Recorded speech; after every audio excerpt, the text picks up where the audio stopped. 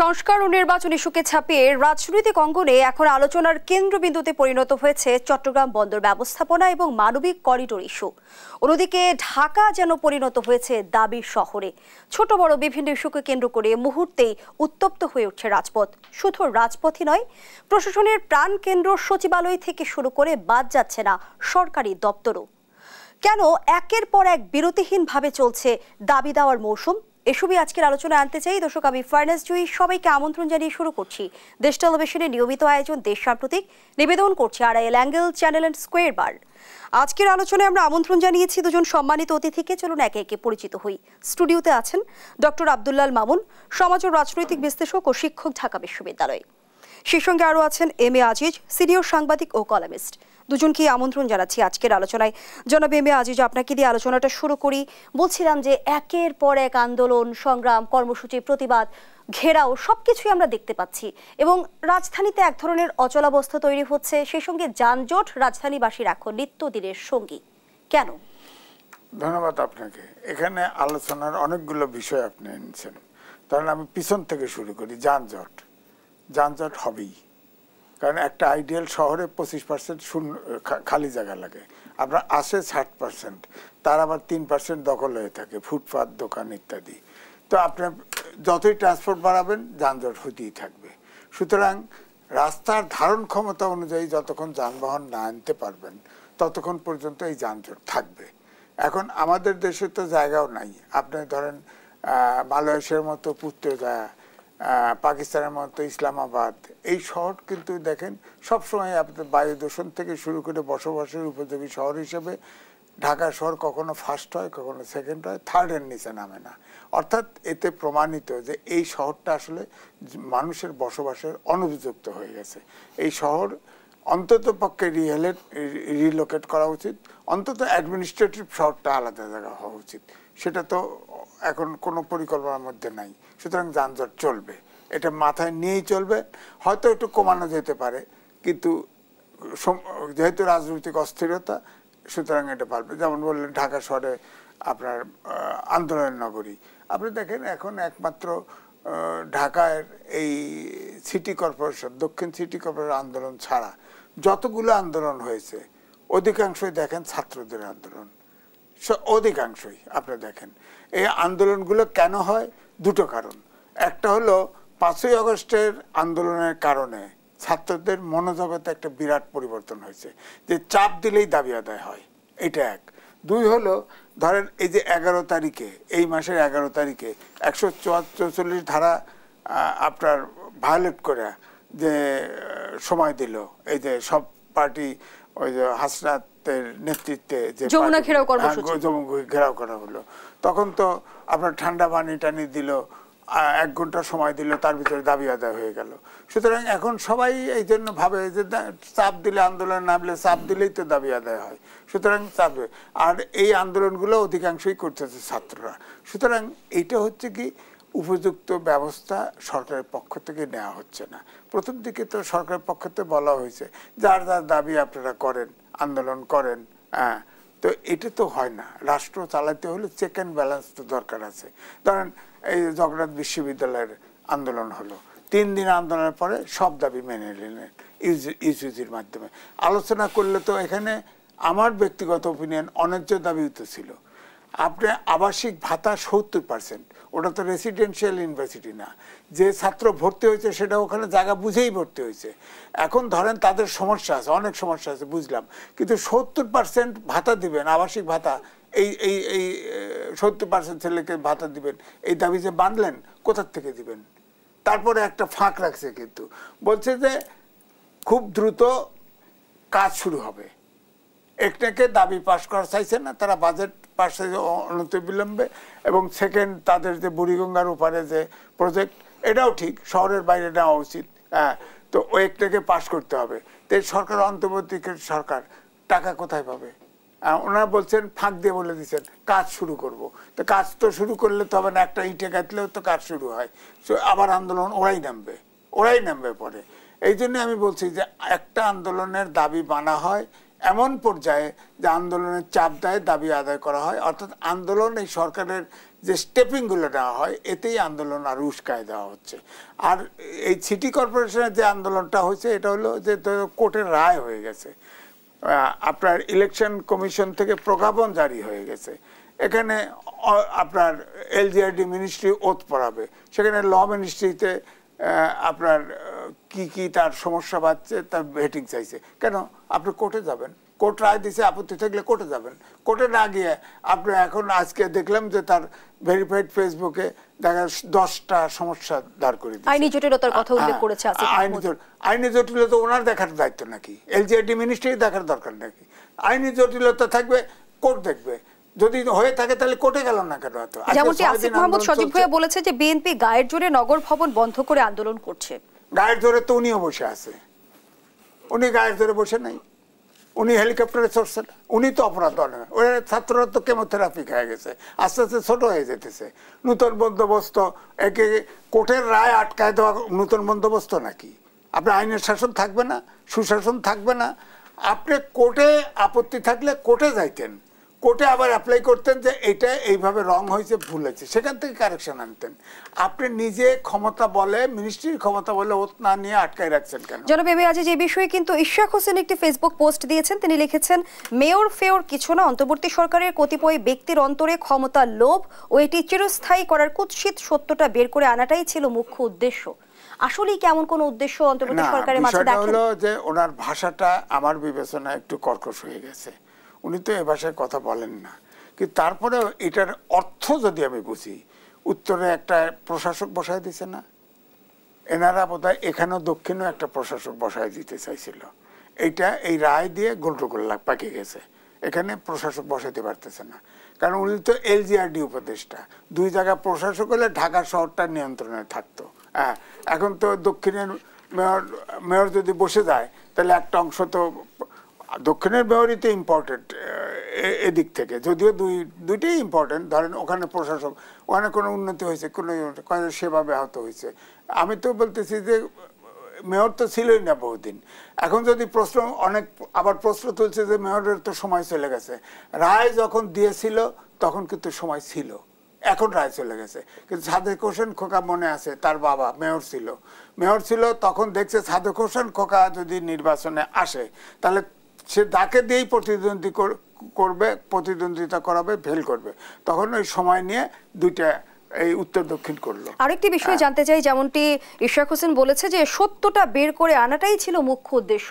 যদি তাই হয়ে থাকে তাহলে ঢাকাবাসীর ব্যানারে যে আন্দোলন চলছে নগর ভবনে, সেটি কি পরিকল্পিত? না, যেহেতু আটকায় দিচ্ছে এটা তো পরিকল্পিত নাইলে আসে কেন? ঢাকাবাসী কি ওখানে তো ঢাকাবাসী তো আর যাচ্ছে না, ঢাকাবাসী আছে সাথে, তো তার পলিটিক্যাল ফেলো আছে না, লোকজন আছে না, আছে তো। তো এখন বিষয়টা হচ্ছে যে আমার বক্তব্য একটি জায়গায়, কোর্টের রায় যে আটকাই দিলেন সেটা বাস্তবায়ন করলেন না, প্রজ্ঞাপন পর্যন্ত জারি হয়ে গেছে, ইলেকশন কমিশন প্রজ্ঞাপন জারি করে তাদেরকে ওত পড়াতে দিয়েছে। ইলেকশন কমিশন তো একমাত্র কোর্ট ছাড়া কারো এখতিয়ার নেই, ইন্ডিপেন্ডেন্ট বডি। আপনি তাকে এলজিআরডি মিনিস্ট্রি কি করে চ্যালেঞ্জ করলেন? আপনি তাহলে তো থাকে সরকারের অর্গান থাকে। আপনি ইলেকশন কমিশন প্রজ্ঞাপন জারি করে দিছে, আপনি সেটাকে ঠেকাই দিয়েছেন, কোর্টের রায় ঠেকাই দিয়েছেন, তাহলে দেশটা চলতে দেবেন না? আপনি দেশটা তো চলতে দেওয়ার ইচ্ছা নাই। সুতরাং এখন ইশরাক হোসেন যা তালা মেরে দিছে, তার মানে সমর্থকরা তালা মেরে দিছে, এখন এটা ডেডলক তো তৈরি হয়েছে। এখন একটা সময় আরেকটু হয়তো এখনো কাবু হয় নাই, আরেকটু জোরে ধাক্কা দিলে। ধন্যবাদ জানাচ্ছি জনাব M A Aziz. Doctor আব্দুল্লাল Mamun, আবার উত্তাল ঢাকা বিশ্ববিদ্যালয় ক্যাম্পাসে আমরা যেমনটি দেখলাম, সাম্য হত্যার বিচারের দাবিতে মশাল মিছিল করেছে ছাত্রদল এবং একই সাথে নিরাপদ ক্যাম্পাস, ভিসির পদত্যাগ এবং প্রক্টরের পদত্যাগের দাবি জানিয়েছে তারা। সাম্য হত্যার 6 দিন পেরিয়ে গেছে, স্বস্তি কেন ফিরছে না? সেই সঙ্গে সমাধানের পথ কিভাবে তৈরি হবে? আমার মনে হয় যে ছাত্রদলের যে আন্দোলন, এটা তারা একজন কর্মী হারিয়েছে এবং সে জুলাই আন্দোলনে জড়িত ছিল, এবং যতক্ষণ পর্যন্ত না সঠিক যে যারা হত্যাকারী তাদেরকে পুলিশ খুঁজে বের করতে না পারে ততক্ষণ পর্যন্ত একটা ইমোশনের জায়গা আছে। পুলিশের দিক থেকে আমি এই ঘটনাটি ঘটার পর থেকে এটার সঙ্গে জড়িত ছিলাম, এফআইআর এ উপস্থিত থাকা থেকে শুরু করে পোস্টমর্টম এবং এই মরদেহের সার্বিক ব্যবস্থাপনা নিয়োজিত ছিলাম। যে 3 জনকে ধরেছে পুলিশের বক্তব্য হচ্ছে যে তারাই আসলে খুনি, এবং পুলিশের আরো একটি বক্তব্য হচ্ছে যে এদের মধ্যে যে এই ডান পায়ের যে পেছনে যে স্টেপটা করেছে ওই খুনিকেও তারা অ্যারেস্ট করেছে। এবং পরবর্তীতে পুলিশ রিমান্ড চেয়েছে, কিন্তু যেহেতু একটা ধস্তাধস্তির ঘটনা ঘটেছে বলে আমরা শুনেছি, তদন্তে আরো বেরিয়ে আসবে, তো ওই আসামিরা শারীরিকভাবে এমন অবস্থায় ছিল না যে কোর্ট রিমান্ডে দিতে পারে। আমার যতটুকু মনে পড়ছে গতকাল থেকে 6 দিনের রিমান্ড গতকাল থেকে পুলিশ পেয়েছে। আমরা আশা করি যে পুলিশের যে বয়ান, যে ঘটনার পরে যে 3 জনকে অ্যারেস্ট করেছে, সেটাতে বেরিয়ে আসবে তাদের এই রিমান্ডে যে কারা এটার সঙ্গে আসলে ওই 3 জন নাকি অন্যরা জড়িত। এবং সেটা নিষ্পত্তি না হওয়ার পর্যন্ত আসলে আমি মনে করি একজন শিক্ষক হিসেবে বিশ্ববিদ্যালয়ের আমরাও এক ধরনের আগ্রহ এবং উৎকণ্ঠার মধ্যে আছি, এবং চাই যে এটা যে সঠিক যারা খুন করেছে সঠিক তদন্তের মাধ্যমে সেটা বেরিয়ে আসুক। দ্বিতীয় হচ্ছে যে বিশ্ববিদ্যালয়ে যে ছাত্র দলের যে কর্মসূচির কথা আপনি বললেন, তারা ধারাবাহিকভাবে নিয়মতান্ত্রিক কর্মসূচি পালন করছে, এবং আরো একটি ব্যানার থেকে সন্ত্রাস বিরোধী একটা প্ল্যাটফর্ম ক্রিয়েট হয়েছে, তারাও আন্দোলন করছে। এবং বিশ্ববিদ্যালয়ের নিরাপত্তার যে কথাটা বলা হচ্ছে সেটা অবশ্যই সোহরাওয়ার্দী উদ্যান বিশ্ববিদ্যালয়ের যে ওভারঅল সুপারভিশন তার মধ্যে পড়ে, কিন্তু এটা অস্বীকার করার কোনো উপায় নেই যেটা বিশ্ববিদ্যালয়ের স্থান হিসেবে বিশ্ববিদ্যালয়ের দখলের মধ্যে না। বিশ্ববিদ্যালয় কিছু উদ্যোগ নিয়েছে, যেমন ওই একটা ওয়াল তোলা, ওটার সলিউশন কিনা আমি সেটা ম্যাটার অফ ডিবেট, বাট ওয়াল তুলেছে, ওখানে একটা ভালো পার্ক করার চিন্তা হচ্ছে, উচ্ছেদ অভিযান রেগুলার চলছে, এবং বিশ্ববিদ্যালয় কর্তৃপক্ষের পক্ষ থেকে পুলিশদের সাথে মিটিং করা হয়েছে, উপদেষ্টার সাথে মিটিং করা হয়েছে, এবং আমি মনে করি যে বিশ্ববিদ্যালয় কর্তৃপক্ষ তাদের মতো ব্যবস্থা নিচ্ছে। আন্দোলনটাও যৌক্তিক, কারণ কনক্লুশনে না পড়া পর্যন্ত, এবং সেখানে প্রক্টর এবং ভিসির পদত্যাগ এটি একটি ভিন্ন বিষয়। বাট আমার মনে হয় যে যখন সঠিক যারা খুন করেছে সঠিক তদন্তের মাধ্যমে বেরিয়ে আসবে তখন এগুলো নিয়ে কমেন্ট করা যাবে। কিন্তু টেকনিক্যালিটি বলতে আমি ধরাতে পেরেছি আপনাকে যে যেহেতু রিমান্ডে পুলিশ নিতে পারেনি আসামিদের যারা সাসপেক্ট, তাদের কারণে এটা হয়তো একটু ডিলে হচ্ছে। ডিবিতেও মামলাটা গেছে। ঢাকা বিশ্ববিদ্যালয়ের প্রশাসনের সঙ্গে ছাত্রদলের নেতাকর্মীদের কিংবা আন্দোলনকারীদের কোনো বৈঠক কিংবা কথা হয়েছে কিনা? না, এমনিতে যারা যে নিহতের পরিবার তার সঙ্গে সরাসরি যোগাযোগ হচ্ছে, অফিসিয়ালি কোনো আলোচনা হয়েছে কিনা আমি এটা দেখিনি। বাট আমি আজকে শুনেছি বিশ্ববিদ্যালয়ে, যেহেতু আমি বিশ্ববিদ্যালয় প্রশাসনের সঙ্গে জড়িত, একটি হল রিপ্রেজেন্ট করি, কিন্তু এই টক শো আমি ব্যক্তিগতভাবে করছি, বাট আমি শুনেছি যে এটা উদ্যোগ নেওয়া হচ্ছে যে সবগুলো রাজনৈতিক দল যারা সক্রিয় ক্যাম্পাসে ছাত্র সংগঠনগুলো তাদের সাথে বসা হচ্ছে। বাট ঘুরে ফিরে একটি কথা আমি বলতে চাই যে ক্যাম্পাসে আমাদের শিক্ষার্থীরা যেখানেই হত্যাকাণ্ডের শিকার হোক না কেন, সেটা একটা ভাইকারাস রেসপন্সিবিলিটি আমাদের আছে। এবং সার্বিক নিরাপত্তার কথা যেটা আমরা বলছিলাম যে সারা দেশে যে ভঙ্গুর অবস্থা, সেটা কিন্তু একটা বলি এই আমাদের কোমলমতি এই শিক্ষার্থী। খুবই আমি ঘৃণা ভরে এই হত্যাকাণ্ডটাকে প্রত্যাখ্যান করছি, এবং ভবিষ্যতে যেন না ঘটে সেটার ব্যবস্থা বিশ্ববিদ্যালয় কর্তৃপক্ষ আগেই নেওয়া উচিত ছিল, হয়তো বা সেটা নিয়ে ডিবেট হতে পারে। বিশ্ববিদ্যালয় কর্তৃপক্ষ ব্যবস্থা নিয়েছে। যে জায়গাটাতে একটু আমি মনে করি হাইলাইট করা প্রয়োজন, আপনি দেখেন এই সোহরাওয়ার্দী উদ্যানের দুই দিকে দুটো থানা, এবং আমরা আজিজ ভাই ওটা জানে, আপনিও নিশ্চয়ই জানেন যে এটা ঐতিহাসিকভাবে এই জায়গাটাতে অনৈতিক কাজ এবং ড্রাগের একটা বিজনেস হয়েছে।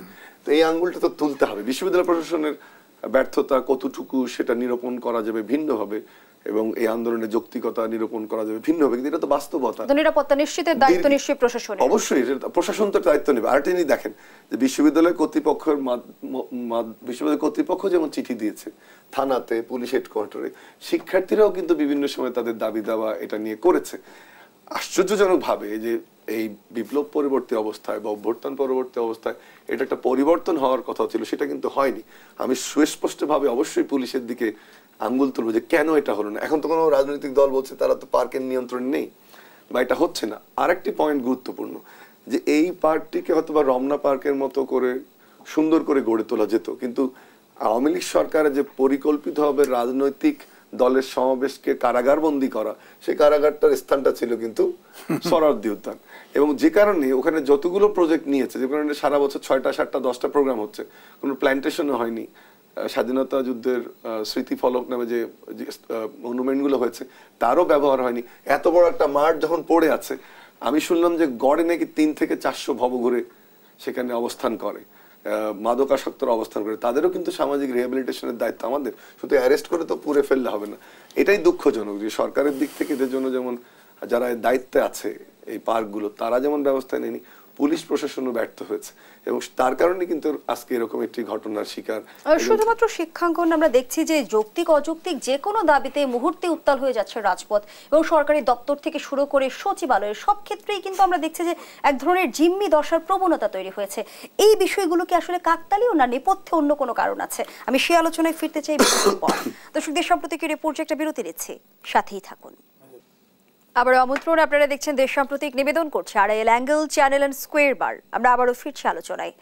ডক্টর আব্দুল মামুন, যে আলোচনায় আমরা ছিলাম, এই যে আমরা যৌক্তিক অযৌক্তিক একের পর এক ইস্যুকে কেন্দ্র করে দেখছি যে রাজপথ মুহূর্তে উত্তাল হয়ে যাচ্ছে, এইসব আন্দোলনের পেছনে আসলে কোনো যৌক্তিকতা দেখেন না, নেপথ্যে অন্য কোনো কারণ আছে?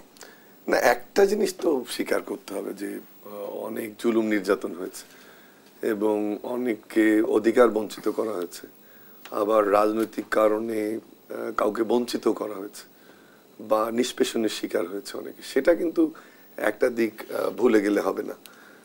কিন্তু ষড়যন্ত্রটার চেয়ে আমি মনে করি এখানে আর একটা জিনিস গুরুত্বপূর্ণ, অর্থাৎ যেটা আজিজ ভাই একটু টাচ করলেন যে আন্দোলনের সফলতা। আন্দোলনের সফলতা এটা আমি দুইভাবে ব্যাখ্যা করতে চাই। একটা হচ্ছে যে এই যে ফ্যাসিস্ট রিজিমকে, জেকে বসা একটা রিজিমকে যে আন্দোলনের মাধ্যমে সরিয়ে দেয়, এটা এক ধরনের কনফিডেন্স নিয়ে এসছে। আর একটা হচ্ছে যে সরকার যে কারণে হোক একটু গুছিয়ে উঠতে সময় লেগেছিল, কিন্তু একটা নতজানু অবস্থা দেখিয়েছে যে যেটা আজিজ ভাই বললেন যে আন্দোলন করলেই একটা ফলাফল পাওয়া যায়। আজিজ ভাই নতুন বন্দোবস্তের কথা বলেছেন, কিন্তু এই নতুন বন্দোবস্তে যে নতুন মানসিকতা আর নতুন পরিবর্তনের হাওয়া, জনমুখী প্রক্রিয়ায় আন্দোলন করা, জনদুর্ভোগ না করা, সেটা কিন্তু আমরা একেবারেই দেখছি না। আজিজ ভাই একটা ব্যাখ্যা দিলেন যে ট্রাফিক ব্যবস্থাপনা এবং একটা সিটির যে পরিমাণ স্পেস থাকা দরকার সেটা নেই। তো যদি সেই সেন্সটা আমাদের মধ্যে থাকে আজিজ ভাই, তাহলে তো আরো আমাদেরকে সচেতন থাকা দরকার জনদুর্ভোগের বিষয়। তাহলে যে পরিবর্তিত বাংলাদেশের কথা বলছি, সামাজিক বন্দোবস্তের কথা বলছি, যারা আন্দোলনগুলো করছেন তারা তো এই কথাগুলো বেশি বলছেন। সেই জায়গাটাতে যাওয়া কিন্তু উচিত যে আপনি নতুন বন্দোবস্তে সাধারণ মানুষের দুর্ভোগকে কোনোভাবেই গুরুত্ব দিচ্ছেন না। আমি নিজে গত 3 দিন কি 4 দিন আগে, মানে প্রেস ক্লাবে যখন ঘটনাটা ঘটলো, না এটা ওই যে জামাত নিষিদ্ধের আন্দোলনে, আমি মিরপুর থেকে আমার গাড়ি ইউনিভার্সিটিতে এসছে, প্রায় আমি দেখলাম 3 ঘন্টা আমার লেগেছে। এগুলো পুরনো আলোচনা যে সময়, ফুয়েল, এফিসিয়েন্সি, মিটিং মিস হচ্ছে, এটা তো কেউ ভাবছি না আমরা। তাহলে তো আমরা নতুন বন্দোবস্তের প্রথমে একটা গলদ হয়ে গেল। এটা গেল 2 নাম্বার। 3 নাম্বার দেখেন যে আমরা যে সোসাইটিটাকে, আমি তো বললাম বৈষম্যগুলো দূর করতে হবে, কিন্তু তার প্রক্রিয়াতে এটা না, এটা ম্যানেজমেন্টটাও করতে পারিনি। আর এটা দেখেন যে নর্মালি একটা সোসাইটির ট্রান্সফরমেশনটা নলেজ বেস হতে হয়, সেখানে বিতর্ক, আলোচনা, সেই দিকে যেতে হয়। এখানে কিন্তু 2 দিক থেকে একটা গ্যাপ আছে। যেমন সরকার প্রত্যেকটা কেন জানি দাবি দেওয়ার ক্ষেত্রে আলোচনার টেবিলে আলোচনাটা না করে মাঠে এক ধরনের মনে হচ্ছে ঠেলে দিয়েছে। আবার যারা আন্দোলনগুলো করছে তারাও যে আলোচনার টেবিলে এসে সমাধান করবে তর্ক বিতর্কের মাধ্যমে, সেটাও কিন্তু হচ্ছে না। তাহলে রাজনৈতিক সংস্কৃতির যে বন্দোবস্ত তো হচ্ছে না, রাজনৈতিক সংস্কৃতির যে পরিবর্তন আমরা বলছি সেটাও হচ্ছে না।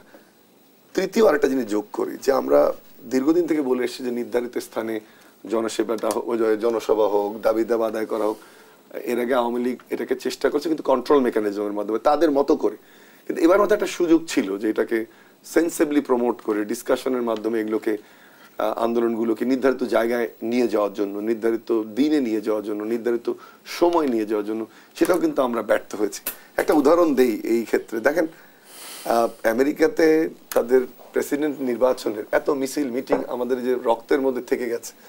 এই যে প্রেসিডেন্ট নির্বাচনের 3টা ডিবেটের মাধ্যমে কিন্তু নির্বাচনের ভবিষ্যতে নির্ধারিত হয়ে যায়। কে জিতবে কে হারবে সেটা নির্ধারিত হয়ে যায়। কিন্তু আমাদের এখানে এখনো দেখেন ওই ভোট আসলে এই পোস্টার লাগাতে হবে, দেয়ালে চিকা মারতে হবে, তারপরে আপনার এই অনেক লোক নিয়ে মিছিল করতে হবে, খাওয়া দাওয়া দিতে হবে। তো রাজনৈতিক সংস্কৃতির যদি উদ্যোগটা না আসে, মানসিকতা যদি পরিবর্তন না হয়, তাহলে কিন্তু এটা কখনো একটা লাস্ট পয়েন্ট আমার, সেটা হচ্ছে যে আরেকটা জিনিস হচ্ছে যে আমরা যে আন্দোলনের সফলতাটা, আমরা বলি যে প্রত্যেকটা জায়গায় আন্দোলনগুলোকে নিয়ে যাওয়া হচ্ছে, অর্থাৎ একটা আন্দোলন সবাই মিলে সফল হয়েছে জন্য প্রত্যেকটা আন্দোলন সফল হতে পারে। অর্থাৎ আমরা বলি যে কেন্দ্র থেকে বৃত্তের দূরত্ব থাকে একটা ইমোশনাল বা সাকসেসের।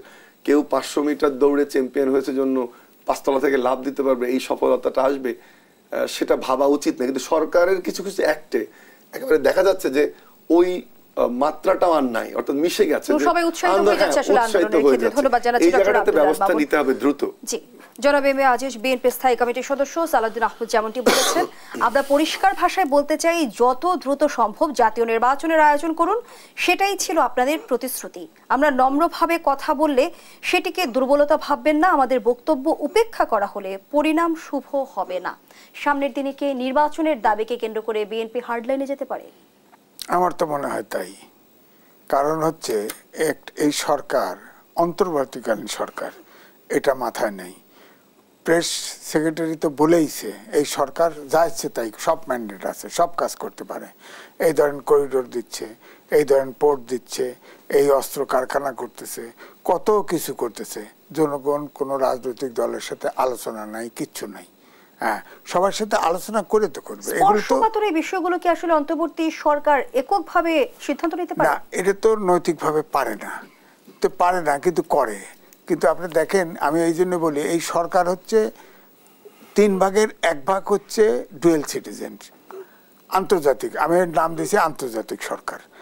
এবং আন্তর্জাতিক সরকার এবং সরকার প্রধান সহ অনেকেই ডুয়েল সিটিজেনশিপ। এবং বাইরের থেকে লোকজন ডেকে ডেকে এনে উপদেষ্টা বানানো হয়, সব করা হয়। তো এদের কতটুকু স্টেক দেশের প্রতি আছে এটা কিন্তু ভাবার বিষয়। আপনার কয়েকজন এনজিও, কয়েকজন বিদেশি নাগরিক, আর 2-3 জন আছে এমনি শিক্ষক টিক্ষক। তো এই নিয়ে একটা সরকারের পরিমাণও কম। তাদের এই ছাত্রদেরকে ব্যবহার করতে করতে ছাত্রদেরকে পড়াশোনা বিমুখ করে দিছে। ধরেন ক্লাস 8 থেকে শুরু করে মাস্টার পর্যন্ত ছাত্ররা এই আন্দোলনের ভিতরে আছে। একটা বার কি এই ডক্টর মোহাম্মদ ইউনূস বা এই উপদেষ্টা পরিষদের কেউ বলছে বাবারা তোমরা লেখাপড়াও করো, তোমরা সরকারও চালাও? তা করেনি। সব উদ্যোক্তা। বলে উদ্যোক্তা হবেন কোথায়? রিসোর্স কোথায়? হ্যাঁ, আপনার এই সরকার থাকা পরে প্রত্যেকটা ইনভেস্টর তো তার অর্থের সিকিউরিটি চায়। আপনারা দেখেন কোনো ইনভেস্টমেন্ট নাই, ডাইরেক্ট ইনভেস্টমেন্ট তো নাই, কোনো বিনিয়োগ নাই, কিছু নাই। বিশ্ব ব্যাংক বলে দিয়েছে 3.3 26 সালে আপনার গ্রোথ হবে %। তার মানে তো দেশে দুর্ভিক্ষ আসবে। আপনার খেয়াল করে দেখেন, আমরা 26 সালে উন্নত দেশে পদার্পণ করবো, এই সরকার অনুমোদনও করছে। তা আপনার জিএসপি সুবিধা চলে যাবে, সব লোনের ইন্টারেস্ট বেড়ে যাবে। আবার ফের ইএন বেসড লোন নিছি, $7.5 বিলিয়ন লোন নিছি, এটা $12 বিলিয়ন হয়ে গেছে। আবার এখন দেখেন IMF এর প্রেসারে আপনার মার্কেট সাথে ডলার রেট ছাড়িয়ে দিছি, ওপেন করে দিছি। তো আমরা তো আস্তে আস্তে খালি আমার মনে হয় অর্থনৈতিক চাপের মধ্যে পড়তে যাচ্ছে। ভারত হঠাৎ করে বাংলাদেশি পণ্যের উপর স্থলবন্দর নিষেধাজ্ঞা আরোপ করেছে, এবং এই যে ভারতের একের পর এক অসহযোগিতা, ভারত বাংলাদেশ সম্পর্ক আসলে কোন দিকে গড়াতে যাচ্ছে? আমি সে আলোচনায় ফিরতে চাই। আবারও বিরতির সময় হয়েছে। দর্শক, দেশ সাম্প্রতিক রিপোর্টে আবারও বিরতিতে যাচ্ছি, সাথেই থাকুন।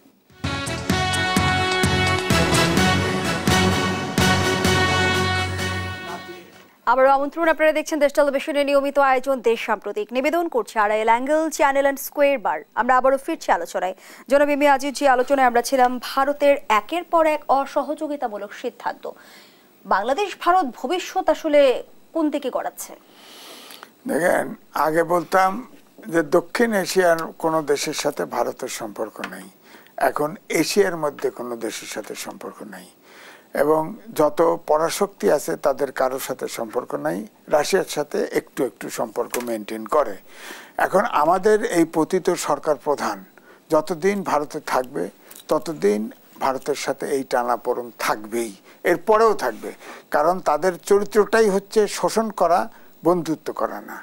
আমরা ধরেন ফ্যাসিস্ট সরকারের সময় বলতো ভারত আমাদের বন্ধু, তারা স্বাধীনতা যুদ্ধে আমাদের সহযোগিতা করেছে। হ্যাঁ, সহযোগিতা করেছে। তারা পাকিস্তানকে ছোট করার তাদের উদ্দেশ্য ছিল, আমরা স্বাধীনতা চেয়েছি। দুইটা ইন্টারেস্ট একসাথে মিলে গেছে, এই জন্য তারা সহযোগিতা করেছে।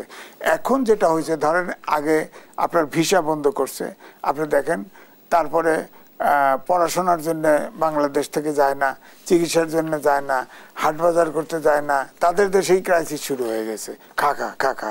এখন আবার ফের নেক্সট বর্ডার স্থলবন্দরগুলো আটকাই দিছে। হ্যাঁ, তাতে কি হয়েছে? তারা লস। আমরা $2 বিলিয়ন মতো এক্সপোর্ট করি, ওরা $10 বিলিয়ন মতো এক্সপোর্ট করছে। লসটা কার? লস টাকার। এখন এটা বন্ধ করছে। আমরাও ঠিকই বিশ্বায়নের যুগে কোনো দেশ ছোট বড় কোনো দেশ এতিম না। আমরা ভারত শত্রুতা করবে, মিত্র অটোমেটিক আসবে, আমাকে চেষ্টাও করতে হবে না। সুতরাং ভারত যেটা করতেছে, ভারত নিজেরা লুজার হচ্ছে, প্রতিশোধ পরায়ণ হয়ে একের পর এক এরকম সিদ্ধান্ত নিচ্ছে। কারণ হচ্ছে যে নেপালেও এরকম ছিল, নেপালে গেছি তো, নেপাল আর ভারতে আলাদা বোঝা যেত না, এমন হয়ে গেছিল। কমিউনিস্ট পার্টি আসার পরে আসসালামু আলাইকুম সম্পর্ক। আর একটি বিষয় ছোট করে জানতে চাই, দেশের স্বাধীনতা সার্বভৌমত্ব আজ হুমকির মুখে। বিএনপির স্থায়ী কমিটির সদস্য মির্জা আব্বাস সম্প্রতি এমনটি বলেছেন। তিনি বলেছেন, আগে আমরা ছিলাম কুকুরের মুখে, এখন বাঘের মুখে পড়েছি। সত্যিই কি দেশের স্বাধীনতা আর সার্বভৌমত্ব হুমকির মুখে?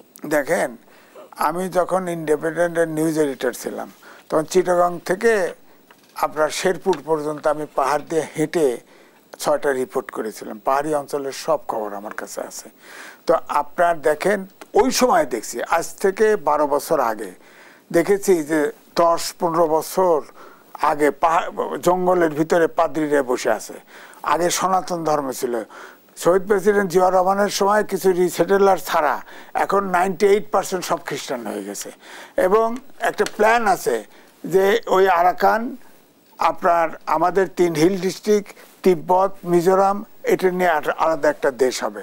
তা আপনি যে করিডোর দিচ্ছেন, স্বাভাবিকভাবে এই প্রশ্নটা আসে যে আমরা কি এটাকে কি উৎসাহিত করব কিনা।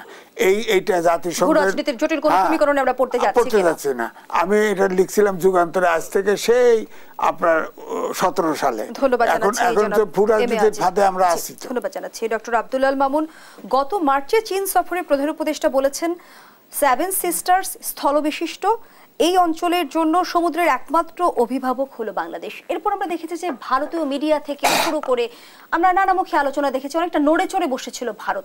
সাম্প্রতিক সময় আমরা যেমনটি জানতে পারলাম যে কলকাতার সঙ্গে 7 সিস্টার্স যুক্ত করতে মিয়ানমারের রাখাইনে কালাদান মাল্টিমোডাল ট্রান্সপোর্ট প্রজেক্টে অর্থায়ন করছে ভারতের পররাষ্ট্র মন্ত্রণালয়। বাংলাদেশের উপর নির্ভরশীল না হতেই কি ভারতের এমন সিদ্ধান্ত? আগের একটা জিনিস বলি আমি আপনাকে, সেটা হচ্ছে ল্যান্ডলকের ঘটনা তো আমরা জানি এটা, বাট এটা কিন্তু ঠিক আমার যেভাবে প্ল্যানটা ছিল ইন্ডিয়া গত সরকারের থাকার সময়, আমি 22-23 সালে কয়েকবার এই অঞ্চলটা ভিজিট করেছি। অর্থাৎ আপনার ওদিকে আমাদের শিলচর থেকে রামগড়, এই যে একটা তৈরি করা হচ্ছিল, অর্থাৎ ওদের ত্রিপুরা থেকে আমাদের খাগড়াছড়ি এই জায়গাটাকে কানেক্ট করার কিন্তু একটা প্রক্রিয়া ছিল।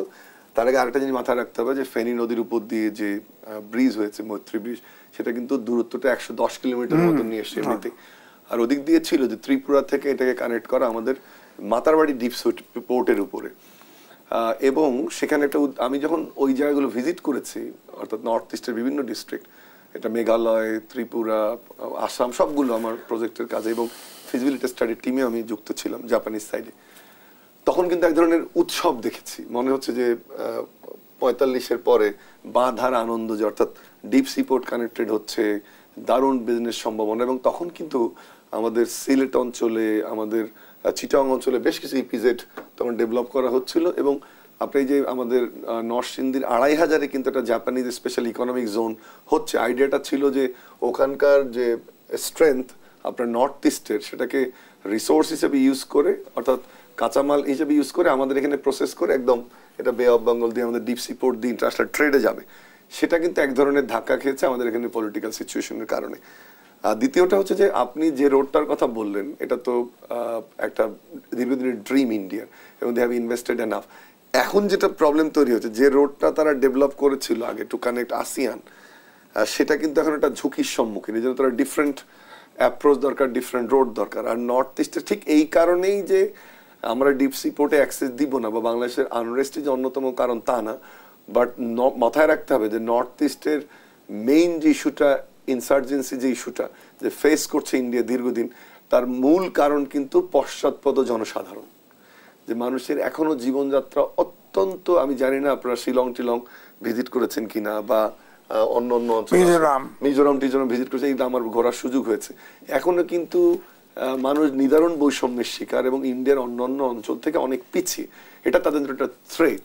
আবার আরো একটা তথ্য আপনাকে দেই, নাগাল্যান্ড মিজোরামের লোক কিন্তু এই ইন্ডিয়ান পাসপোর্ট থেকে চায়নাতে ঢুকতে পারে এবং ওখান থেকে রেশন নিয়ে আসতে পারে। এটা আপনি জানেন কিনা আমি জানি না। অর্থাৎ চাইনিজ অঞ্চলের ওই অঞ্চলের কানেক্টিভিটিতে যে সেখানে এই ধরনের সিদ্ধান্ত কি ভারতের জন্য আত্মঘাতী কিনা, শুধু আমরা হ্যাঁ না এর মধ্যে দিয়ে শুনতে চাই। কোন সিদ্ধান্ত? এই ধরনের সিদ্ধান্ত না, তারা তো তাদের স্ট্র্যাটেজিক জায়গাটা নিবে, বাট বাংলাদেশকে চটিয়ে নয় বা সম্পর্ক খারাপ করে না। একেবারে শেষ পর্যায়ে তো শেষ করছি দেশাপ্রতিকের আজকের আয়োজন। ধন্যবাদ এতক্ষণ আমাদের সাথে থাকার জন্য।